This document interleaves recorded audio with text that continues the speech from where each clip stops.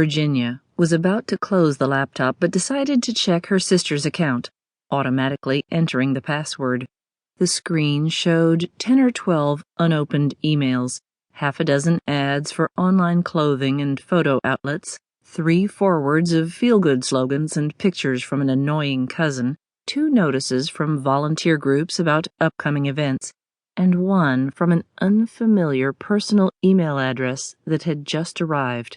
She clicked on it and glanced over it, then reread it carefully, leaning toward the screen. "Dear Val," it said, "I can't tell you how much I have missed you since arriving home. What an amazing time we had. My sister has tried to talk me into a cruise for years, and I always thought it sounded stupid. How wrong I was. I just got back from the business trip to Spain that I told you about, and I have to see you again. I have a short layover in Minneapolis on Friday. Can I come by right after lunch? I love you, Richard." She closed the email, marked it as unread, and sat back in her chair, her face flushed and her stomach clenched. Reconsidering, she opened the email again and hit reply. "Dear Richard, I would like to see you again. Can I just meet you at the airport? Love, Val." She hit send.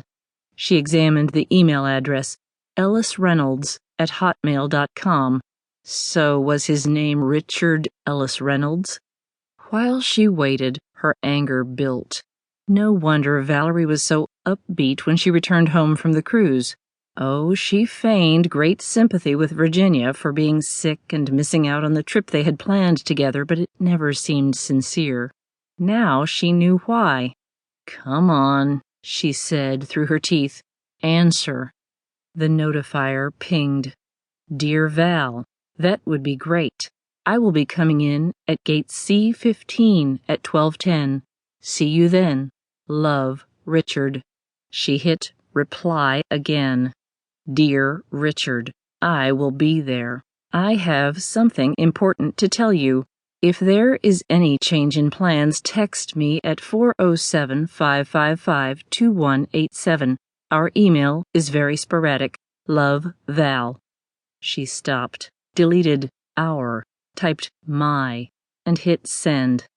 Then she deleted the 2 emails from him, went into the sent file, and deleted hers. Next, she did a search on Richard Ellis Reynolds. She found one who was a broker for a large, well-known securities firm in Chicago. Possible. The cruise that she and Valerie had signed up for was handled by a Midwestern travel agency. Ellis Reynolds could be a company name, but not likely with a Hotmail address. Virginia sighed.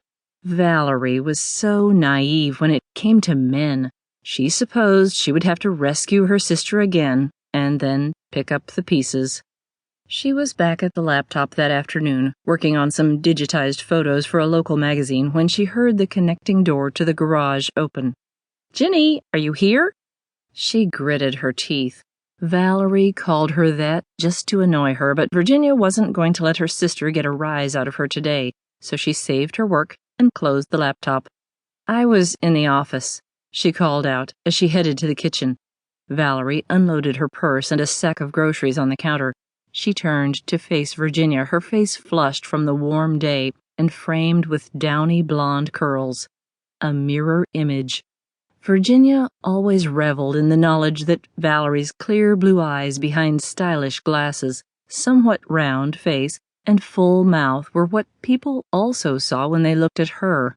Of course, the drawback to being an identical twin was being reminded of one's own aging as the lines around the mouth and eyes on her sister increased with middle age. "Any calls?" Valerie asked as she started to stash items in the refrigerator. After her discoveries earlier, Virginia could now identify a hopeful note in Valerie's voice. "No, why? Were you expecting some?" To keep listening to this audiobook, I've left you a link in the description so you can do it, at no cost thanks to Audible's 30-day free trial.